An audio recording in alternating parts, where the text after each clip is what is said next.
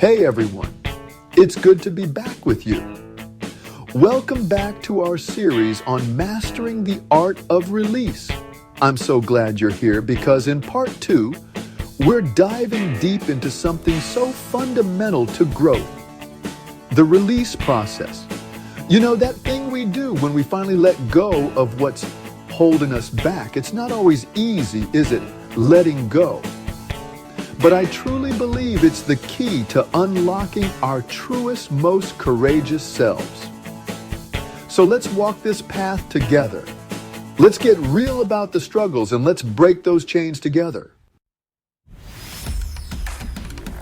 Before we can even begin to release, we have to get clear on what we're actually holding on to.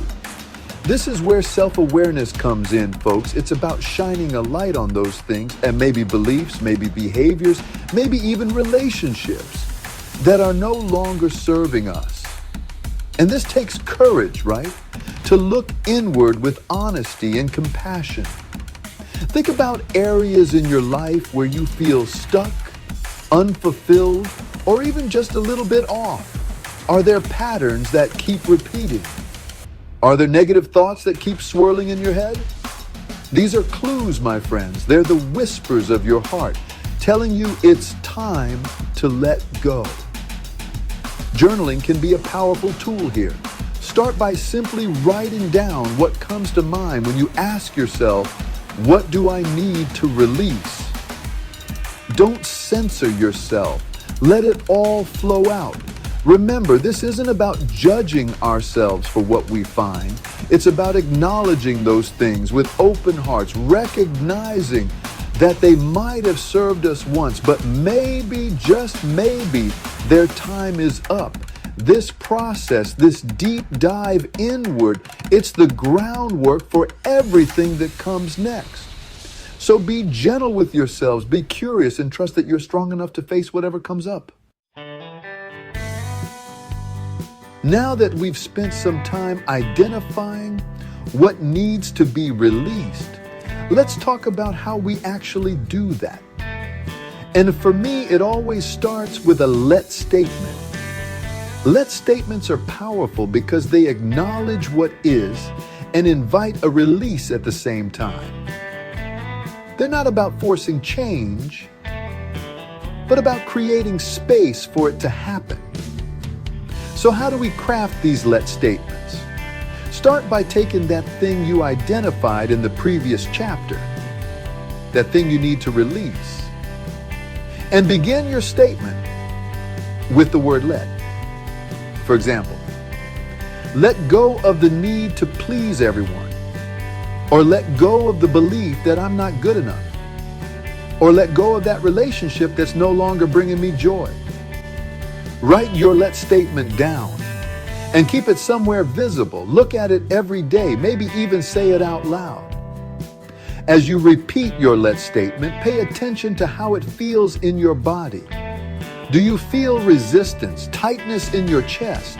Or do you feel a sense of relief, a lightness? This is your body's way of talking to you, so listen to it. The more you connect with your let statement, the more powerful it becomes. Chapter 3, Riding the Waves of Emotion. Now let's talk about the emotional component of release. Because let's be honest, letting go is rarely a neat and tidy process. It can be messy, it can be uncomfortable, and it can bring up a whole lot of feelings. You might feel sadness as you grieve the loss of what was. You might feel anger, resentment, even a sense of betrayal. And you know what? That's okay. All of it. These feelings are valid. They're part of the process. The key here is to allow ourselves to feel these emotions fully without judgment. Don't try to suppress them or push them away. Instead, acknowledge them, sit with them, and let them move through you. Think of it like riding a wave. You wouldn't try to fight a wave, would you? You'd let it carry you, knowing that it would eventually subside. Emotions are the same way. They come in waves.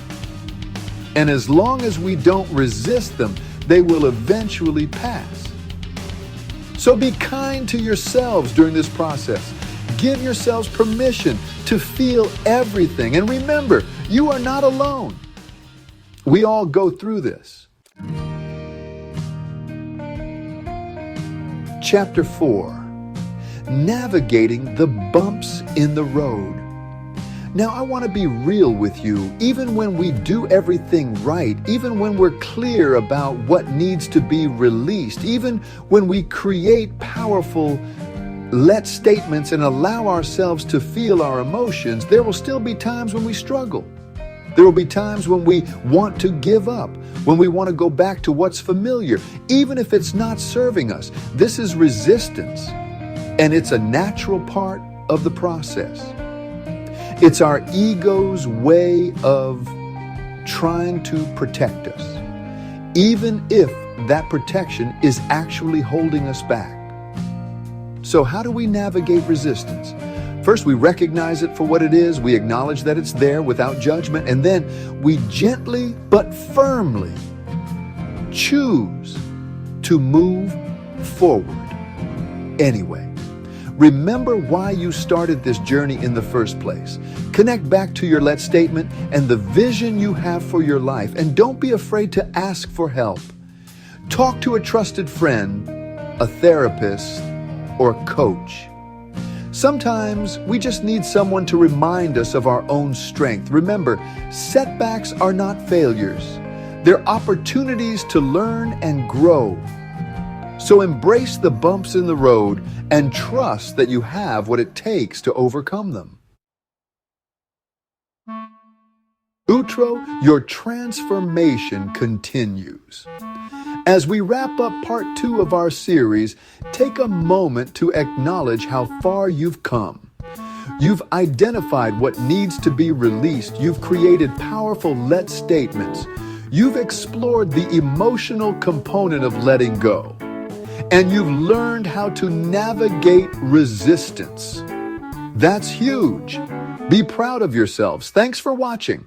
Stay tuned for part 3, where we'll continue our journey towards personal freedom.